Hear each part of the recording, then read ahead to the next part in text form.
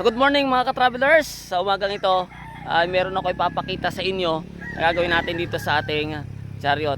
Malimit sa mga chariot nagtatanong kung ano yung dapat gawin kapag kayong preno, pag inapakan mo, dumidikit ng bigla. So yan yung malaking problema na dati pinoproblema ko rin.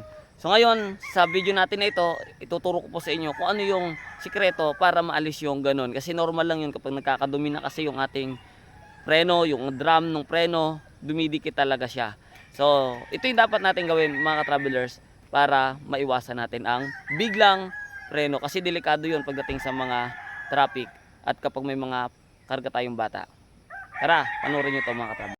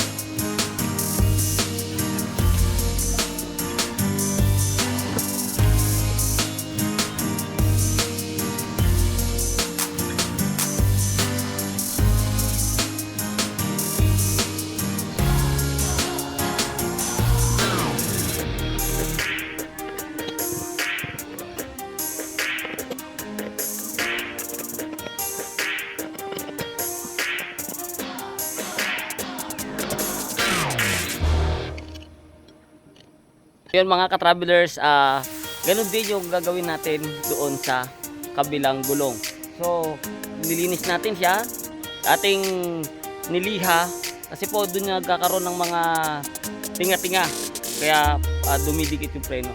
At in-adjust na rin natin kasi makapal pa naman yung brake shoe niya, in-adjust natin yung pinakang tinga-tinga niya para mas bababaw na uli yung preno natin. Kasi nung nakaraan, sobrang lalim na apakan. Pag inaapakan natin to, nung nakaraan sobrang lalim na nito, sinadjust na natin ngayon kasi nasagad na to dito. Nung nakaraan nasagad na hanggang dito, so nabalik na ulit siya dito sa taas. Ayan, wala na uling kabato sa ating mga pagbibiyahe at paglalakbay. Kabila naman tayo.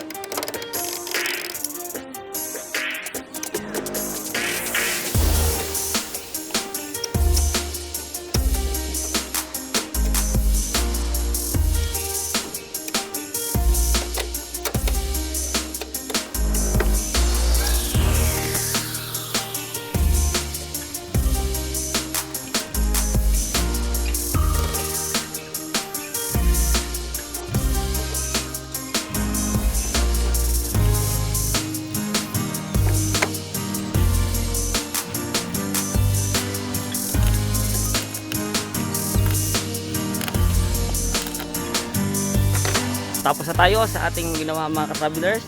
In-adjust natin yung preno para laging sure. So ganyan lang po yung gagawin natin, simple lang. Hindi ko alam sa ibang chariot kung ganun din ba yung setup ng kanilang drum. Pero yun lang yung paraan mga ka-travelers para maiwasan yung mga pagdikit at biglang preno ni chariot natin. Kailangan ma-maintain lang natin na lagi po siyang malinis. So sana nakatulong ko sa inyo at sana magustuhan nyo ang ating mga videos. Samahan nyo kami sa susunod na mga paglalakbay namin. Kaya lang mga ka-travelers, salamat na marami sa inyo pong suporta at patuloy ng pagsubaybay sa ating mga videos. Huwag nyo kalimutan na i-follow at i-subscribe ang ating pong YouTube channel para lagi po kayo updated sa mga susunod nating video.